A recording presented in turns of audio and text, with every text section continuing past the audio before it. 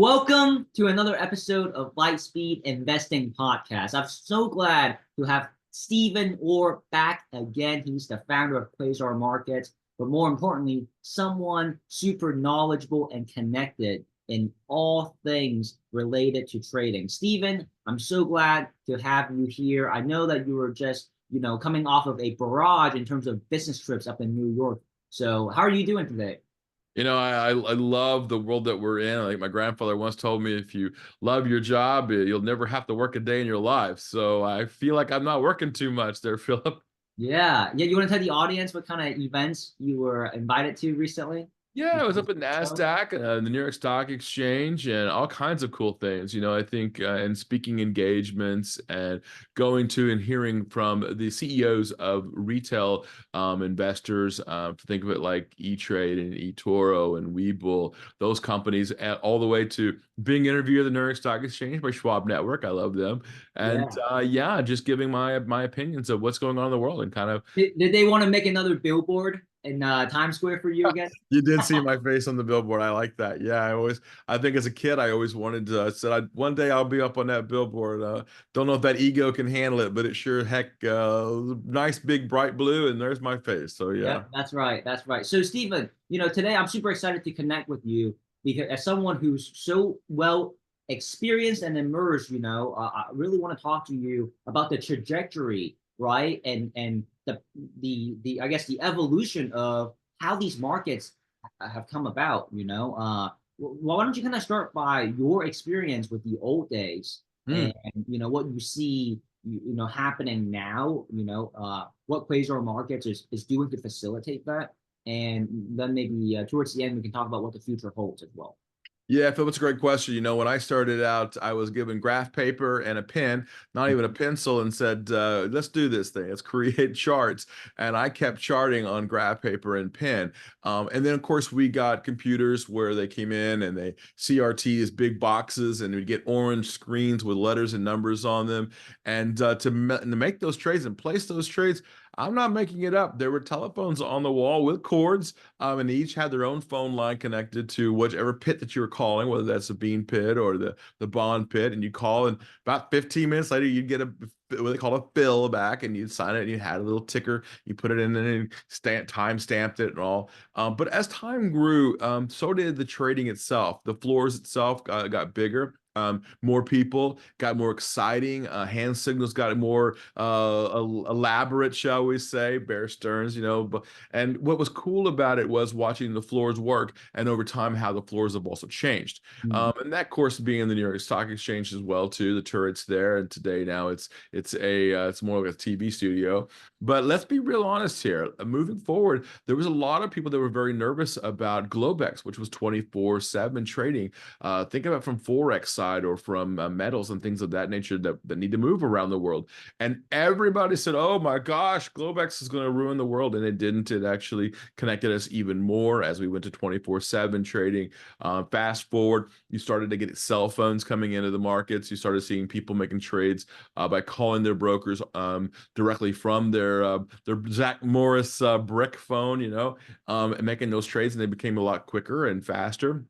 And of course, that time trades were $99 to get in and $99 to get out. So it was not this zero commission trading that we have today.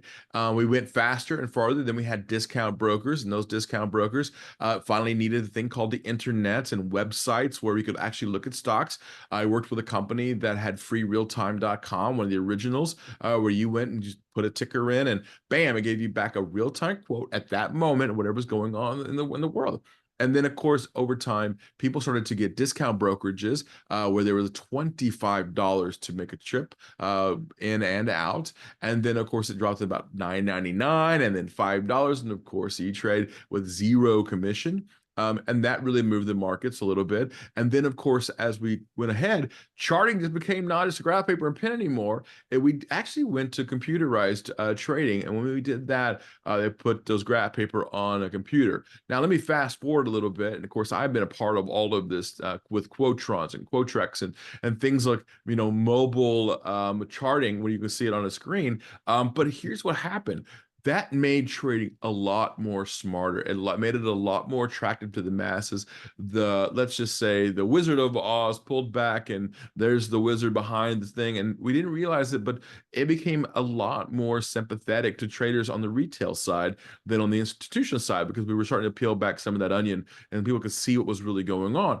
And then, of course, people wanted more and more, so they wanted more data and more news. We had Google Finance and Yahoo Finance, and websites started to actually give us more and more data, more and more news. And then as that started to take place, you saw these discount brokers putting that into their systems, saying, hey, we're going to give you news. Hey, we're going to show you what's going on. But they didn't really put it into a nice boxy kind of feel to it. But we wanted to move to go farther, right? And so in order to do that, I thought it might be best if we started to build platforms, and I did. I went to work for Benzinga and Money.net, and as I always say, I wanted to level the playing field. Just because you're an institution does not mean you have to have all of the data. I think it should, I think as I get older and as the traders get younger and younger, I love that, right? They're taking on that mantle now and starting to create their own charts and their own thesis of trading that are not even anything that we did when we were growing up in the markets. And I think next level of this is the next level of the platform side of it, and that's what I wanted to build at Quasar Markets. Yeah, no, that's amazing. And so Quasar Markets, in a sense, is kind of a reflection of what you've seen, right, in terms of how the markets have evolved and how you can open up access to everyone. Is that kind of? Yeah, that's right. I've always said that. Like I think I said earlier, that I believe in leveling the playing field. Institutional data shouldn't just be in the hands of institutions. I believe that people today are now faster and smarter. And of course, when I grew up, it was 3 TV channels. Now it's 1,000 TV channels and hundreds of millions of YouTube channels.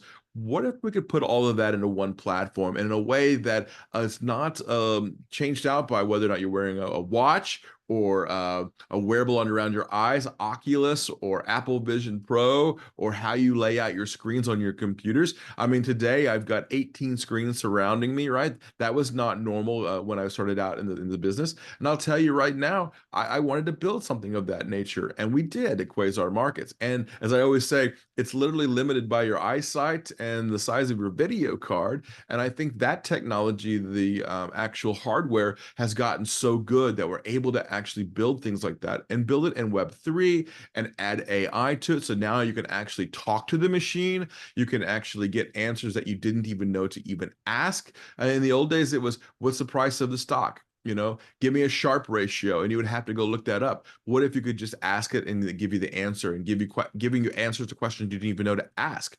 We wanted to build something that was also very intuitive, so that as you went in the platform, it would ask you questions. Do you like stocks? Do you like options? Do you like sports? Do you like gambling? All of those questions start to create a platform around you, and not the other way around, where the platform has to tell you what to put in it. You're actually telling the platform what you want, and letting you create the sizes and the colors and letting it be a personalized platform. And so we wanted to do that, and we did do that, and building it all in AI and Web3. I love that. Wow, that's very aligned with the core values that we operate with, because we do not believe in anything cookie cutter. It should always be a personalized, a tailored fit conversation according to that person's circumstances. And because that way you can really maximize, the resource according to that person's desires, wants, and needs, as well as structure, right? So I love hearing that, as that's how we like to do things here at Lightspeed Investing too. So, for the listeners, right? Quasar Markets, where are you at with the development of the platform? I mean, I know you like to operate at light speed, right? And hence us getting together, because last time I spoke with you, you're already getting traction with big companies like Google, right? And it's so great because I think you even told me you don't even care necessarily about the compensation part of side of things, because you're already in buyout conversations. So you want to kind of share with the audience what you got going on, and how was this even made possible? I think it's a good question. I look at it from the perspective of us. We started the process. I was at the Bitcoin conference last year in Miami. I'm going this year in Nashville. But I walked around saying, you know what? I know what to do. I know what's missing in this world. The world of fintech is very fragmented, meaning that there are lots of companies out there that really kind of need a place to lay their head and say, okay, I don't really want to do all the Google ads. I really don't want to build my own site. I want to build the cool products and put it somewhere. I feel like it's the Amazon of the fintech world. And so we did that. We started in August. Got the process going, and as we did, it exploded. We went from about 20 modules to about a little over 200 vendors and partners, and we partnered with most of big names on Wall Street, like Nasdaq Data and Trading View and Trading Central. These names all said yes to me, and no one's ever said no, including Lightspeed Investing. I love it. And so as we were building this out, I wanted to build it out in a way that the user can make their own decisions. And we got that done in less than 6 months. We put the new version out in that version in February. And I said, no, let's push the envelope here. I went off to Switzerland to go speak at the World Economic Forum. And then I said, you know what? I think we can do this all the way. I'm going to take my 3-year timeline and crunch it into one less than a year. And we did that. And we are about to release in about 20 days the new version, as well as a new website that's intuitive as to the person themselves. How did I do that? Very simple. I had to partner with a company called Kiwi Tech and WebMob. And when we did that, my previous companies, had a few developers. Here I have close to 800 developers at my disposal. Still a little more, right? Yeah, quite a few vendors were loving that because then that can help them too, as well as a SaaS. And so we moved that needle quite a bit, and we'll probably by the end of July have the new version spitting out there, ready, running, and bringing on more people, because we're not looking to have 1,000 users on our platform like most places.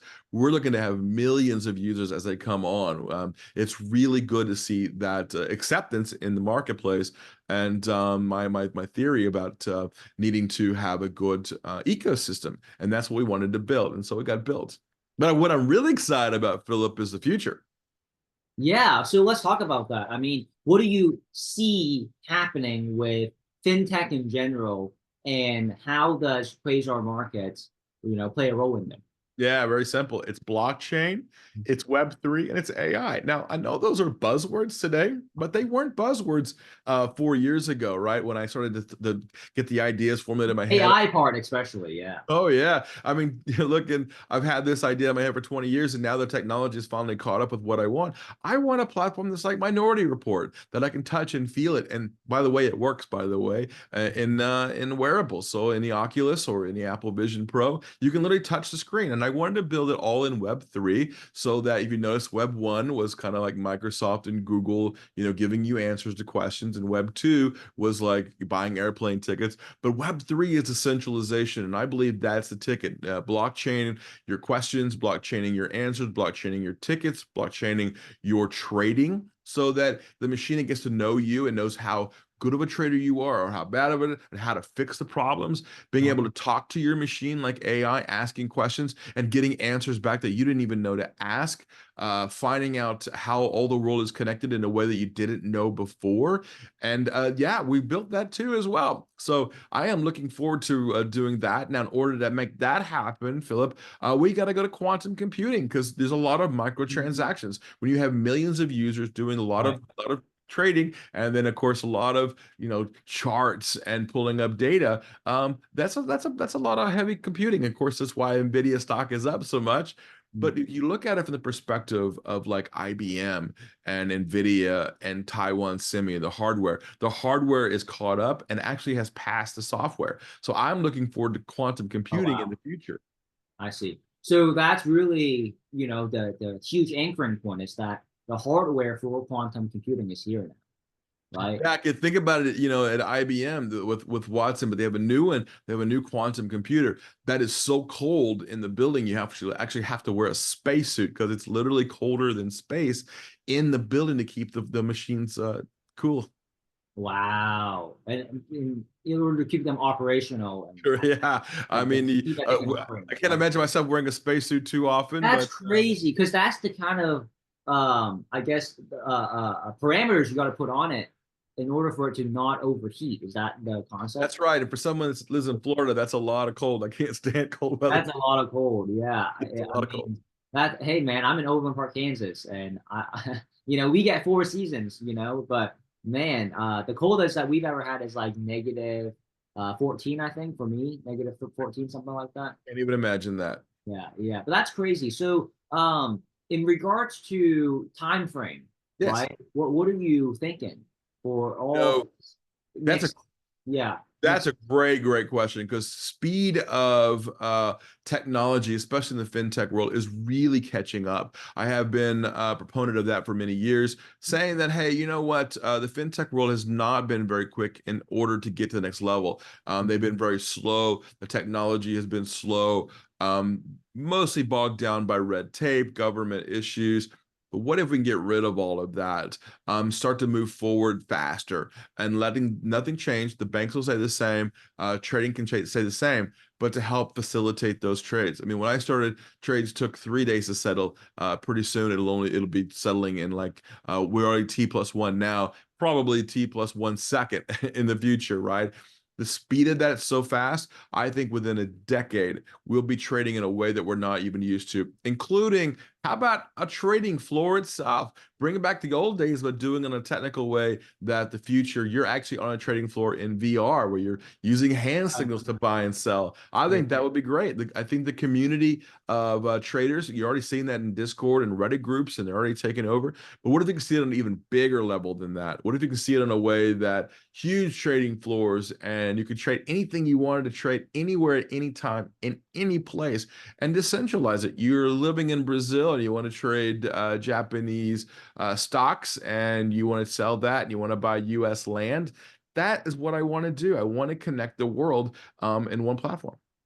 Wow, a lot of exciting development and future's very bright for sure. So, Stephen, you know, super excited to have you on again to talk about additional things. Now, for you, right, and the audience, what is the best way for them to get a hold of you if they want to talk more market related things, right, and learn about place and markets? Yeah, that's another great question. Very simple. Our website is quasarmarkets.com. You can Google us as well. You can also find me on LinkedIn as stephen.e.orr. You can also find me on Twitter. It's QMBigBeat. That's my handle, as you know, everybody knows on Wall Street. Yeah, there's a lot of ways to find me. Of course, I always believe that, you know, on when you're watching TV, they're just talking heads, including myself, right? I believe in that interaction with people. So yeah, come reach out, see me, send me an email. Give you my email address. It's Steven@quasarmarkets.com. I'm not scared. And hey, you know, if they are travelers as well, that maybe they'll catch you at one of your upcoming events, right? Absolutely. So, Stephen, thank you so much for your time. Again, this is Stephen from Quasar Markets, and I look forward to speaking with you again. Thanks, Philip. Yep, thanks. Take care. Cool.